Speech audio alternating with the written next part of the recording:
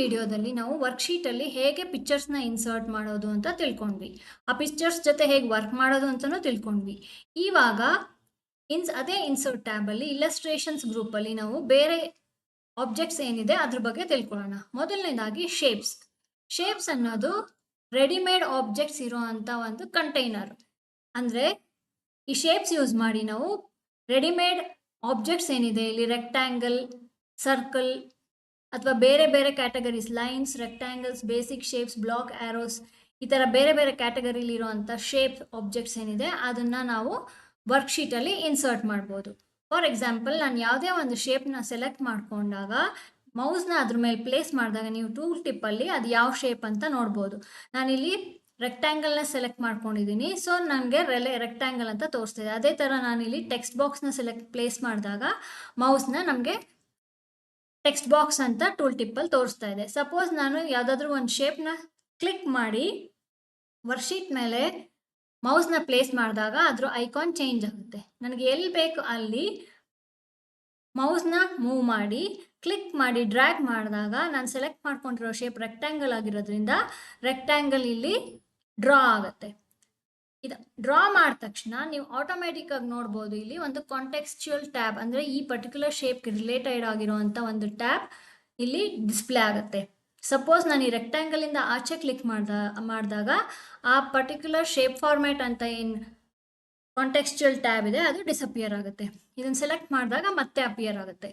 ಈ particular ರಿಬ್ಬನ್ನಲ್ಲಿ, shape format ರಿಬ್ಬನ್ನಲ್ಲಿ ಇದನ್ನು format ಮಾಡೋ ಅಂಥ ಕಮ್ಯಾಂಡ್ಸ್ ಎಲ್ಲ ಇಲ್ಲಿ ನಮಗೆ ಡಿಸ್ಪ್ಲೇ ಆಗುತ್ತೆ. ಮೊದಲನೇದಾಗಿ ಸಪೋಸ್ ನನಗೆ ಈ ಶೇಪ್ ಬೇಡ, ಬೇರೆದು ಬೇಕು ಅಂತ ಅಂದಾಗ ಇದನ್ನು ಸೆಲೆಕ್ಟ್ ಮಾಡ್ಕೊಂಡು ಡಿಲೀಟ್ ಮಾಡಿ ಮತ್ತೆ ಇನ್ಸರ್ಟ್ ಮಾಡೋ ಬದಲು ಪರ್ಟಿಕ್ಯುಲರ್ ಶೇಪ್ನ ಸೆಲೆಕ್ಟ್ ಮಾಡಿಕೊಂಡು ಇಲ್ಲಿ ಇನ್ಸರ್ಟ್ ಶೇಪ್ ಅಂತ ಗ್ರೂಪ್ ಏನಿದೆ ಅಲ್ಲಿ ಎಡಿಟ್ ಶೇಪ್ ಪಕ್ಕ ಇರೋವಂಥ ಡ್ರಾಪ್ ಡೌನ್ ಆ್ಯರೋನ ಕ್ಲಿಕ್ ಮಾಡಿದಾಗ ಅಲ್ಲಿ ನನಗೊಂದು ಲಿಸ್ಟ್ ಬರುತ್ತೆ. ಚೇಂಜ್ ಶೇಪ್ನ ಸೆಲೆಕ್ಟ್ ಮಾಡಿದಾಗ ಸೇಮ್ ಇನ್ಸರ್ಟ್ ಶೇಪ್ಸ್ನ ನಾನು ಕ್ಲಿಕ್ ಮಾಡಿದಾಗ ಏನು ತೋರಿಸುತ್ತೆ ಆ ಲಿಸ್ಟ್ ಇಲ್ಲಿ ಡಿಸ್ಪ್ಲೇ ಆಗುತ್ತೆ. ನನಗೆ ಸಪೋಸ್ ಓವಲ್ ಬೇಕು ಅಂತ ಅಂದಾಗ ಓವಲ್ನ ಕ್ಲಿಕ್ ಮಾಡಿದಾಗ ಆಟೋಮೆಟಿಕ್ಕಾಗಿ ರೆಕ್ಟ್ಯಾಂಗಲ್ ಇದ್ದಿದ್ದು ಓವಲ್ ಆಗಿ ಚೇಂಜ್ ಆಗುತ್ತೆ. ಅದೇ ಥರ ಈ ಶೇಪ್ದು ಕಲರ್ನ ನಾನು ಬೈ ಡಿಫಾಲ್ಟ್ ಬ್ಲೂ ಇರುತ್ತೆ. ಕಲರ್ನ ನಾನು ಚೇಂಜ್ ಮಾಡಬೇಕು ಅಂದಾಗ ಆಲ್ರೆಡಿ ಎಕ್ಸೆಲ್ನಲ್ಲಿ ಶೇಪ್ ಸ್ಟೈಲ್ಸ್ ಅನ್ನೋ ಗ್ರೂಪಲ್ಲಿ ಪ್ರೀಡಿಫೈನ್ಡ್ ಕಲರ್ ಫಾರ್ಮ್ಯಾಟ್ಸ್ ಇಲ್ಲಿ ಥೀಮ್ ಸ್ಟೈಲ್ಸ್ ಅಂತ ಏನಿದೆ ಅದ್ರ ಕೆಳಗಡೆ ನಮಗೆ ಬೇಕಾದಷ್ಟು ಕಾಂಬಿನೇಷನಲ್ಲಿ, ಅಂದರೆ ಶೇಪ್ ಕಲರ್ ಮತ್ತು ಶೇಪಲ್ಲಿ ನಾವು ಏನಾದರೂ ಟೆಕ್ಸ್ಟ್ ಟೈಪ್ ಮಾಡಿದಾಗ ಅದ್ರ ಕಲರ್ದು ಕಾಂಬಿನೇಷನ್ಲಿ ತೋರಿಸುತ್ತೆ.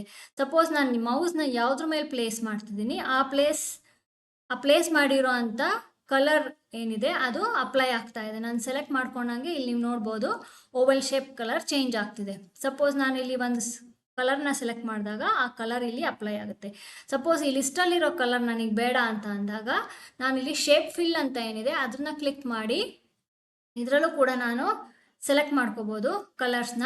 ಅದೇ ಥರ ಔಟ್ಲೈನ್ ಬ್ಲ್ಯಾಕ್ ಕಲರ್ ಏನಿದೆ, ನನಗೆ ಬ್ಲ್ಯಾಕ್ ಕಲರ್ ಬೇಡ, ಶೇಪ್ ಔಟ್ಲೈನು ಬೇರೆ ಕಲರ್ ಬೇಕು ಅಂದಾಗ ನಾನು ಅದನ್ನು ಕೂಡ ಇಲ್ಲಿ ಸೆಲೆಕ್ಟ್ ಮಾಡ್ಕೋಬೋದು. ಅದೇ ಥರ ಶೇಪ್ ಎಫೆಕ್ಟ್ಸ್ ಮೇಲೆ ಕ್ಲಿಕ್ ಮಾಡಿದಾಗ ನಮಗೆ ಇಲ್ಲಿ ಬೇರೆ ಬೇರೆ ಆದಂಥ ಕ್ಯಾಟಗರಿ ಇದೆ ಶೇಪ್ ಎಫೆಕ್ಟ್ಸಲ್ಲಿ. ಫಸ್ಟ್ ಒಂದು ಪ್ರೀಸೆಟ್ನ ಸೆಲೆಕ್ಟ್ ಮಾಡಿಕೊಂಡು ನಾನು ಆ ಲಿಸ್ಟಲ್ಲಿರೋ ಅಂಥ ಶೇಪ್ಸ್ ಮೇಲೆ, ಐಕಾನ್ಸ್ ಮೇಲೆ ನಾನು ಮೌಸ್ನ ಪ್ಲೇಸ್ ಮಾಡಿದಾಗ ನೀವು ನೋಡ್ಬೋದು ಕೆಳಗಡೆ ಓವಲ್ದು ಅಪಿಯರೆನ್ಸ್ ಚೇಂಜ್ ಆಗ್ತಿದೆ. ಸೊ ಇದನ್ನು ನಾವು ನಮಗೆ ಅವಶ್ಯಕತೆ ತಕ್ಕಂಗೆ ನಾವು ಚೇಂಜ್ ಮಾಡ್ಕೋಬೋದು. ಅದೇ ಥರ ಬೇರೆ ಬೇರೆ ಕ್ಯಾಟಗರೀಸ್ ಇದೆ, ನೀವು ಅದನ್ನೆಲ್ಲ ಟ್ರೈ ಮಾಡಿ ನೋಡಿ.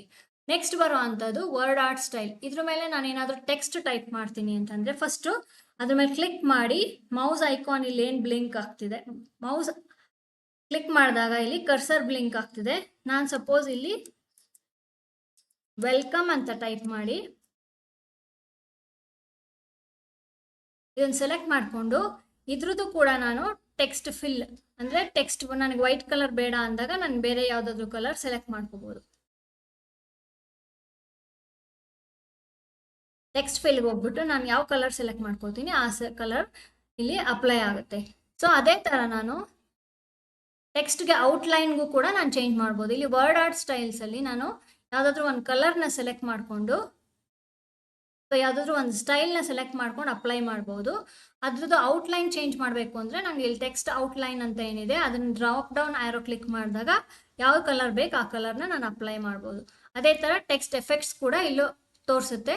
ಸೇಮ್ ಇದನ್ನು ಕೂಡ ಬೇರೆ ಬೇರೆ ಥರ ನಾನು ಅಪ್ಲೈ ಮಾಡ್ಬೋದು. 3D ರೊಟೇಷನ್ ಇದು ಟೆಕ್ಸ್ಟ್ ಮೇಲೆ ಅಪ್ಲೈ ಆಗುವಂಥ ಫಾರ್ಮ್ಯಾಟಿಂಗ್. ನೆಕ್ಸ್ಟ್ ಬರುವಂಥದ್ದು ಈ ಶೇಪಲ್ಲಿ ಇನ್ಸರ್ಟ್ ಆಗಿರುವಂಥ ಟೆಕ್ಸ್ಟ್ನ ನಾವು ಫಾರ್ಮ್ಯಾಟ್ ಮಾಡೋದು. ಅದನ್ನು ನಾವು ಆ್ಯಸ್ ಯೂಶುವಲ್ ಟೆಕ್ಸ್ಟ್ ಫಾರ್ಮ್ಯಾಟಿಂಗಿಗೆ ಏನು ಅಪ್ಲೈ ಮಾಡ್ತೀವಿ, ಹೋಮ್ ಟ್ಯಾಬಲ್ಲಿ ಫಾಂಟ್ ಗ್ರೂಪಲ್ಲಿ ಸೆಲೆಕ್ಟ್ ಮಾಡಿಕೊಂಡು ನಾವು ಅಪ್ಲೈ ಮಾಡ್ಬೋದು. ಇಲ್ಲೂ ಕೂಡ ನಾವು ಶೇಪ್ದು ಬ್ಯಾಕ್ಗ್ರೌಂಡ್ ಎಲ್ಲ ನಾವು ಚೇಂಜ್ ಮಾಡ್ಬೋದು, ಬ್ಯಾಕ್ಗ್ರೌಂಡ್ ಕಲರ್. ಅದೇ ಥರ ಟೆಕ್ಸ್ಟ್ ಕಲರು ಕೂಡ ಚೇಂಜ್ ಮಾಡ್ಬೋದು. ನೀವು ನೋಡ್ಬೋದು ಇಲ್ಲಿ ಚೇಂಜ್ ಆಗ್ತಿದೆ. ಅದೇ ಥರ ನಾವು ಇಲ್ಲಿ ಅದ್ರ ಫಾಂಟ್ ಸೈಜ್ ಕೂಡ ಇನ್ಕ್ರೀಸ್ ಮಾಡ್ಬೋದು. ಮತ್ತು ಇಲ್ಲಿ ಬೋಲ್ಡ್, ಇಟಾಲಿಕ್ಸ್, ಅಂಡರ್ಲೈನ್ ಇದನ್ನು ಟೆಕ್ಸ್ಟ್ ಫಾರ್ಮ್ಯಾಟಿಂಗ್, ಟೆಕ್ಸ್ಟ್ಗೆ ಹೇಗೆ ನಾರ್ಮಲ್ ಟೆಕ್ಸ್ಟಿಗೆ ನಾವು ಫಾರ್ಮ್ಯಾಟಿಂಗ್ ಅಪ್ಲೈ ಮಾಡ್ತೀವೋ ಅದೇ ಥರ ಅಪ್ಲೈ ಮಾಡ್ಬೋದು. ಇಲ್ಲೂ ಕೂಡ ಅಲೈನ್ಮೆಂಟ್ ವರ್ಟಿಕಲಿ ಮತ್ತು ಹಾರಿಜಾಂಟಲಿ ಸೆಂಟರ್ ಅಲೈನ್ ಮಾಡ್ಬೋದು. ನೆಕ್ಸ್ಟ್ ಶೇಪ್ ಫಾರ್ಮ್ಯಾಟಲ್ಲಿ ನಮಗೆ ಇಲ್ಲಿರೋವಂಥದ್ದು ಅಲೈನ್. ಇದು ಅಪ್ಲೈ ಮಾಡೋದು ನಾವು 2 ಅಥವಾ 2ಕ್ಕಿಂತ ಹೆಚ್ಚಾಗಿ ಶೇಪ್ಸ್ನ ಇನ್ಸರ್ಟ್ ಮಾಡಿದಾಗ ಒಂದ್ರ ಕೆಳಗಡೆ ಒಂದು ಅಥವಾ ಒಂದ್ರ ಪಕ್ಕ ಒಂದು ಕರೆಕ್ಟಾಗಿ ಪ್ಲೇಸ್ ಆಗಬೇಕು ಅಂದಾಗ ನಾವು ಈ ಆಪ್ಷನ್ಸ್ನ ಯೂಸ್ ಮಾಡ್ಬೋದು. ಅದೇ ಥರ ನೆಕ್ಸ್ಟ್ ರೊಟೇಟ್ ಪಕ್ಕ ಇರುವಂಥ ಡ್ರಾಪ್ ಡೌನ್ ಆ್ಯರೋನ ಕ್ಲಿಕ್ ಮಾಡಿದಾಗ ಇಲ್ಲಿ ಪ್ಲೇಸ್ ಮಾಡಿದಾಗ ನೀವು ನೋಡ್ಬೋದು right side rotate right 90 degree ಅಂದಾಗ 90 ಡಿಗ್ರಿ ರೈಟ್ ಸೈಡಿಗೆ ರೊಟೇಟ್ ಆಗುತ್ತೆ. ಅದೇ ಥರ left flip vertical, flip horizontal ಇದನ್ನೆಲ್ಲ ನಾವು ಯೂಸ್ ಮಾಡ್ಬೋದು ರೊಟೇಷನ್ಸ್ನ. ನೆಕ್ಸ್ಟ್ ಇದಾದಮೇಲೆ ಈ ಟೆಕ್ಸ್ಟ್ ಬದಲು ನಾವು ಬೇರೆ ಯಾವುದಾದ್ರೂ ಸೆಲ್ಲಲ್ಲಿರೋ ವ್ಯಾಲ್ಯೂನ ಲಿಂಕ್ ಮಾಡಬೇಕು ಅಂತ ಅಂದಾಗ ನಾವು ಅದನ್ನು ಕೂಡ ಮಾಡ್ಬೋದು. ಅದಕ್ಕೆ ನಾನು ಇಲ್ಲಿ ಒಂದು ಎಕ್ಸಾಂಪಲ್ ತೊಗೊಂಡಿದ್ದೀನಿ. ಇಲ್ಲಿ ಕೆಲವೊಂದು ಸ್ಟೂಡೆಂಟ್ ಲಿಸ್ಟ್ ಮತ್ತು ಅವ್ರದ್ದು ಮಾರ್ಕ್ಸ್ನ ನಾನು ಇಲ್ಲಿ ಹಾಕೊಂಡಿದ್ದೀನಿ. ಸಪೋಸ್ ನಮ್ಗೆ ಯಾವುದಾದ್ರೂ ಸ್ಟೂಡೆಂಟ್ಸ್ದ ಹೆಸರನ್ನ ಶೇಪಲ್ಲಿ ಡಿಸ್ಪ್ಲೇ ಮಾಡಬೇಕು ಅಥವಾ ಅವ್ರ ಮಾರ್ಕ್ಸ್ನ ಡಿಸ್ಪ್ಲೇ ಮಾಡಬೇಕು ಅಂದಾಗ ಮೊದಲು ಶೇಪ್ನ ಇನ್ಸರ್ಟ್ ಮಾಡಬೇಕು. ಸಪೋಸ್ ಇಲ್ಲಿ ಶೇಪ್ಸಲ್ಲಿ ನಾನು ಕೆಳಗಡೆ ಸ್ಟಾರ್ಸ್ ಆ್ಯಂಡ್ ಬ್ಯಾನರ್ಸ್ ಅಂತ ಏನಿದೆ ಅದರಲ್ಲಿ ಯಾವುದಾದ್ರೂ ಒಂದು ಶೇಪ್ನ ಸೆಲೆಕ್ಟ್ ಮಾಡ್ಕೋತೀನಿ. ಅದನ್ನು ಸೆಲೆಕ್ಟ್ ಮಾಡಿ ಇಲ್ಲಿ ಡ್ರಾ ಮಾಡಿದಾಗ ಇಲ್ಲೂ ಕೂಡ ಸೇಮ್ ಶೇಪ್ ಫಾರ್ಮ್ಯಾಟ್ ಅಂತ ಕಾಂಟೆಕ್ಸ್ಚುಯಲ್ ಟ್ಯಾಬ್ ಅಪಿಯರ್ ಆಗುತ್ತೆ. ನೀವು ಎಲ್ಲ ಶೇಪ್ಗೂ ಒಂದೇ ಥರ ಇಲ್ಲಿ ಚೇಂಜಸ್ನ ಅಪ್ಲೈ ಮಾಡ್ಬೋದು.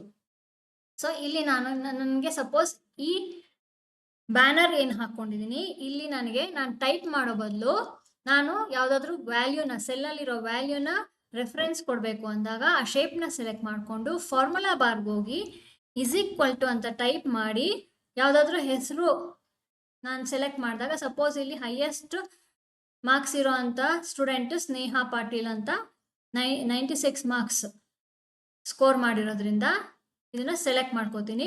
ಸೆಲೆಕ್ಟ್ ಮಾಡ್ಕೊಂಡಾಗ ನೀವು ನೋಡ್ಬೋದು B3 ಪರ್ಟಿಕ್ಯುಲರ್ ಸೆಲ್ ಅಡ್ರೆಸ್ ಇಲ್ಲಿ ಬರುತ್ತೆ. ಎಂಟರ್ ಕೀ ಪ್ರೆಸ್ ಮಾಡಿದ ತಕ್ಷಣ ನೀವು ನೋಡ್ಬೋದು ಆ ಸ್ಟೂಡೆಂಟ್ ಹೆಸರು ಇಲ್ಲಿ ಡಿಸ್ಪ್ಲೇ ಆಗ್ತಿದೆ.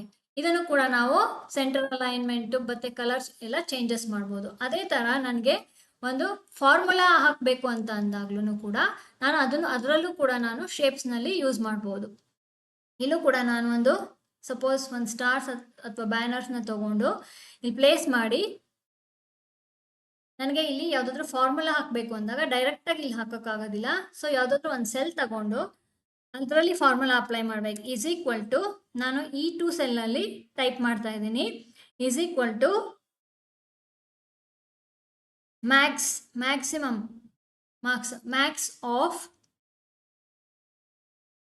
ನಿಮಗೆ ಈ ಫಂಕ್ಷನ್ ಬಗ್ಗೆ ಆಲ್ರೆಡಿ ಗೊತ್ತಿದೆ. ಈ ಫಂಕ್ಷನ್ನ ಟೈಪ್ ಮಾಡಿ ನಾನು ಸೆಲ್ ರೆಫರೆನ್ಸಿಂಗ್ ರೇಂಜ್ದು ರೆಫರೆನ್ಸ್ ಕೊಟ್ಬಿಟ್ಟು ಎಂಟರ್ ಕೀ ಪ್ರೆಸ್ ಮಾಡಿದಾಗ ನೀವು ನೋಡ್ಬೋದು ಇಲ್ಲಿ ಹೈಯೆಸ್ಟ್ ಮಾರ್ಕ್ಸ್ ಇಲ್ಲಿ ಬಂದಿದೆ. ನಾನು ಈ ಸೆಲ್ ಅಡ್ರೆಸ್ನ ಡೈರೆಕ್ಟಾಗಿ ಇಲ್ಲಿ ರೆಫರ್ ಮಾಡಿದರೆ ಆಯಿತು. = ಟೈಪ್ ಮಾಡಿ ಈ ಫಾರ್ಮುಲಾ ಟೈಪ್ ಮಾಡಿರೋ ಅಂಥ ಸೆಲ್ನ ಸೆಲೆಕ್ಟ್ ಮಾಡಿಕೊಂಡು ಎಂಟರ್ ಕೀ ಪ್ರೆಸ್ ಮಾಡಿದಾಗ ಆ ಮಾರ್ಕ್ಸ್ ಏನಿದೆ ಅದು ನಮಗೆ ಈ ಪರ್ಟಿಕ್ಯುಲರ್ ಶೇಪಲ್ಲಿ ಡಿಸ್ಪ್ಲೇ ಆಗುತ್ತೆ. ಸಪೋಸ್ ನಮಗೆ ಹೈಯೆಸ್ಟ್ ಮಾರ್ಕ್ಸ್ ಚೇಂಜ್ ಆಗ್ತಾ ಇರುತ್ತೆ ಅಂತ ಸಪೋಸ್ ಚೇಂಜ್ ಮಾಡಿದಾಗ ಏನಾಗುತ್ತೆ, ಇಲ್ಲಿ ನಾನು 84 ಅಂತ ಏನಿದೆ ಅದನ್ನು 99 ಅಂತ ಟೈಪ್ ಮಾಡಿ ಎಂಟರ್ ಕೀ ಪ್ರೆಸ್ ಮಾಡಿದಾಗ ಇಲ್ಲಿ 99 ಚೇಂಜ್ ಆಯಿತು. ಇಲ್ಲೂ ಕೂಡ ಚೇಂಜ್ ಆಯಿತು. ಆದರೆ ಇಲ್ಲಿ ಹೆಸರು ಮಾತ್ರ ಚೇಂಜ್ ಆಗಿಲ್ಲ, ಯಾಕಂದರೆ ನಾನು ಡೈರೆಕ್ಟಾಗಿ ಇಲ್ಲಿ ಕೊಟ್ಟಿದ್ದೀನಿ. ಸಪೋಸ್ ನನಗೆ ಹೈಯೆಸ್ಟ್ ಮಾರ್ಕ್ಸ್ ಇರೋ ಅಂಥ ಸ್ಟೂಡೆಂಟ್ದು ನೇಮ್ ಬೇಕು ಅಂದಾಗ ಅದಕ್ಕೆ ನಾವು ಅಡ್ವಾನ್ಸ್ ಫಾರ್ಮುಲಾ ಹಾಕಬೇಕಾಗುತ್ತೆ. ಇಲ್ಲಿ ನೀವು ನೋಡ್ಬೋದು ಪಕ್ಕದಲ್ಲಿ ಒಂದು ಟ್ಯಾಬಲ್ಲಿ ನಾನು ಸೇಲ್ಸ್ ಪರ್ಫಾರ್ಮೆನ್ಸ್ ಅಂತ ಹಾಕ್ಕೊಂಡಿದ್ದೀನಿ. ಇಲ್ಲಿ ಕೂಡ ನಾನು ಫಾರ್ಮುಲಾ ಹಾಕಿದ್ದೀನಿ. ಇದು ಅಡ್ವಾನ್ಸ್ ಫಾರ್ಮುಲಾ ಆಗಿರೋದ್ರಿಂದ ನಿಮ್ಗೆ ಅರ್ಥ ಆಗೋದಿಲ್ಲ. ಬಟ್ ನಾನಿಲ್ಲಿ ಯಾವುದೇ ಥರ ಚೇಂಜಸ್ ಮಾಡಿದ್ರೂ ಅದು ಇಲ್ಲಿ ನಮಗೆ ಅಪ್ಲೈ ಆಗುತ್ತೆ. ಇಲ್ಲಿ ಸಪೋಸ್ ನೀವು ನೋಡ್ಬೋದು ಹೈಯೆಸ್ಟ್ ಸೇಲ್ಸ್ ಮಾಡಿರೋದು ಸಂತೋಷ್ ಮತ್ತು ನಿಶಿ ಅಂತ 25,000 ಸೇಲ್ಸ್ ಮಾಡಿದ್ದಾರೆ. ಸಪೋಸ್ ನಾನು ಬೇರೆ ಯಾರ್ದಾದ್ರು ಸೇಲ್ಸ್ ಜಾಸ್ತಿ ಮಾಡಿದಾಗ ಇಲ್ಲಿ ನಾವು ಥಾಮ್ಸನ್ ಅನ್ನೋ ಎಂಪ್ಲಾಯಿದು ಸೇಲ್ಸ್ ಅಮೌಂಟ್ನ ಜಾಸ್ತಿ ಮಾಡಿ ಎಂಟರ್ ಕೀ ಪ್ರೆಸ್ ಮಾಡಿದಾಗ ಆಟೋಮೆಟಿಕ್ ಆಗಿ ಇಲ್ಲಿ ಚೇಂಜ್ ಆಗುತ್ತೆ. ಇದನ್ನ ಮಾಡಬೇಕು ಅಂತಂದರೆ ನೀವು ಫಸ್ಟು ಅಡ್ವಾನ್ಸ್ ಫಾರ್ಮುಲಾಸ್ನ ಕಲ್ತ್ಕೋಬೇಕು. ಸೊ ಇಂಟರ್ಮೀಡಿಯೇಟ್ ಮತ್ತು ಅಡ್ವಾನ್ಸ್ ಫಾರ್ಮುಲಾದಲ್ಲಿ ನಾನು ಇದ್ರ ಬಗ್ಗೆ ಎಲ್ಲ ಟೀಚ್ ಮಾಡ್ತೀನಿ.